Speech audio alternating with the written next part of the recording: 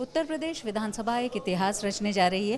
पहली बार एक विशेष दिन महिला विधायकों को बोलने का मौका मिलेगा और वो मुद्दे होंगे महिला सशक्तिकरण के। हमारे साथ बात करने के लिए हैं विधायक नीलिमा कटियार जी। नीलिमा जी, सबसे पहले तो एक बड़ी बात, एक बड़ा दिन, क्योंकि ऐसा कहीं नहीं हुआ और इस विधानसभा में, यूपी विधानसभा में होगा, तो इसको कैसे देखती हैं? एक दिन खासतौर पर महिला विधायक ही बोलेंगी, उनको सुनने के लिए सभी होंगे।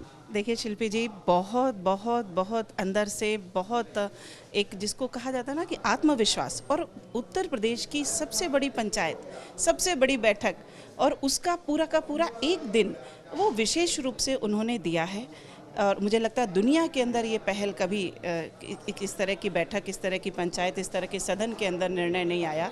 मुझे लगता है जिस प्रकार का माहौल बन रहा है पूरे देश के अंदर, पूरे प्रदेश के अंदर, माननीय मोदी जी के नेतृत्व में, माननीय योगी जी के नेतृत्व में, और जिस प्रकार से माननीय मोदी जी ने विश्वास किया है मातृशक्ति पर, उनकी सामर्थ्य पर, और अपनी योजनाओं की वरीयता में उनको सम्मान देकर, उनको सशक्त कर कर, उनको आगे लाकर देश का विकास कैसे सुनिश्चित होता है, ये रोड मैप उन्होंने देश को करके दिखाया है, पूरी दुनिया ने देखा है।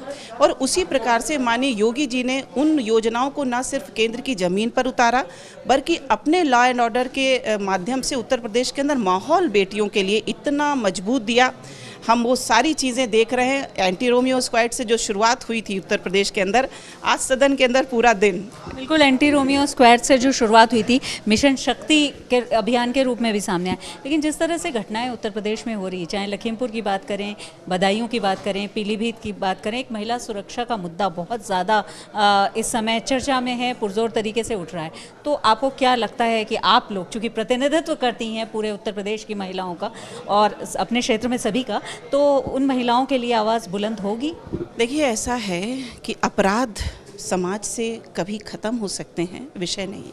अपराध पर शासन व्यवस्था का दृष्टिकोण क्या है, अपराध को लेकर संजीदगी कितनी है, उससे निपटने की तैयारी कितनी है, हमने देखा है कि एक तिरछी नज़र और एक शब्द, उसको भी संज्ञेय अपराध, और उसके बाद एंटी रोमियो स्क्वाड के अंदर लाखों की संख्या में मामले चिन्हित होना, माने 6 लाख स्पॉट एंटी रोमियो में और उसके 4 गुना लोग चिन्हित करके एक माहौल देने का प्रयास है।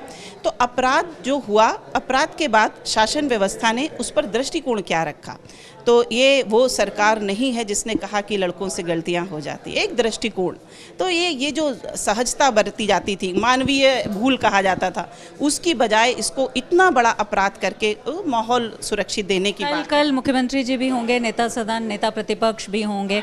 आपको लगता है कि आप लोगों को तो बोलने का मौका मिलेगा, आप हालांकि बोलती भी रही हैं, लेकिन जो महिला सदस्य नहीं उनको उतना बोलती थी, पार्टिसिपेट करती थी, उनको मौका मिलेगा, लेकिन उत्तर प्रदेश की आधी आबादी को भी कल के इस विशेष दिन से उम्मीद रखनी चाहिए? देखिए, यहाँ जो भी बहन खड़ी होके वो महिला के रूप में बोल रही है, हमारे गांव, मजरों, पूर्वों, गली कोनों पर जो महिला खड़ी बहन बेटी बैठी हुई है, वो अपनी प्रतिध्वनि पाती है इस सदन के अंदर, जो आवाज़ गूंजती है।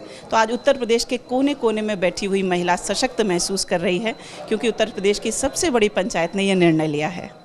शुक्रिया बातचीत के लिए। तो ये हैं नीलिमा कटियार, जो ये कह रही थी कि भले ही महिला विधायक वहाँ पर प्रतिनिधित्व करेंगी, लेकिन जिस तरह से गांव में, दूर दराज के इलाकों में, शहरों में महिलाएं हैं, वो अपनी प्रतिध्वनि उस आवाज़ में महसूस करें, तो इसकी सार्थकता भी बिल्कुल तभी होगी जब यहाँ पर वो मुद्दे उठाए जाएं जो प्रदेश की एक एक महिला से संबंध रखते हैं, चाहे वो महिला सुरक्षा का मामला हो, चाहे वो महिलाओं के स्वास्थ्य का या शिक्षा का या बराबरी का और लैंगिक भेदभाव जिस तरह से होता रहा है उसका मामला हो। फिलहाल एक नया इतिहास रचने की ओर यूपी विधानसभा कल आगे बढ़ रही है और विशेष दिन महिलाओं के लिए। वीडियो जर्नलिस्ट संदीप दुबे के साथ शिल्पी सेन, लखनऊ, आज तक।